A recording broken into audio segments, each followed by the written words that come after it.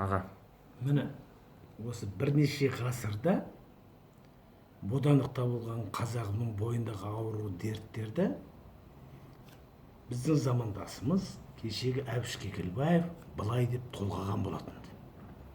Бір басынан басқаны ойламайтын баққұмарлық, ел тағдырына ет жүрек елжіремейтін енжарлық, жер тағдырына жан ашымайтын жат бауырлық, басқаны мұқатқанына мұқалғанның орнына масаттанатын безбүйректік, мендегі бар өз ешкімде болмаса екен деп өлімін сататын іштарлық, жетістігіңді көре алмайтын, кемістігіңді кешіре алмайтын нәмәрттік, не көп айтылса соны ақиқат санап, кім көп қолпашталса соған құлдық ұратын, қай нәрсеге осыны оңай құлап, оңай жирене салатын бәтуасыздықты бойымызға сіңірді деп.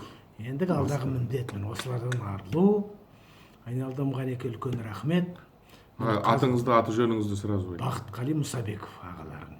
Қарағанды облысы. Қарағанды облысы, Қарағанды қаласында өмір сүріп жатырмыз. Рахмет. Алдағы міндет мен осы қазақтың би шешендерінің мұрасын назарға ұсыну. Кешегі қаз дауысты Қазбек бидің айтқан дүниесі кім, жақын, не қымбат деген сауалын мәңгілік жадымызда сақтап жүрміз керек. Алтын ұяң отан қымбат, бақ дәулетің атан қымбат, аялаған анаң қымбат, ұят пенен ар қымбат, өзің сүйген жар қымбат деді. Ұят пен арды айтып отыр. Осы ұят пен ардан айырылған кезде біз не мал боламыз, не аң боламыз. Ал кім жақын да жақсы ашып берді. Тату болса ағайын жақын, ақылшы болса апайың жақын, инабатты болса келінің жақын, бауырмал болса інің жақын. Алдыңа тартқан адаласын, қимас жақын қарындасың.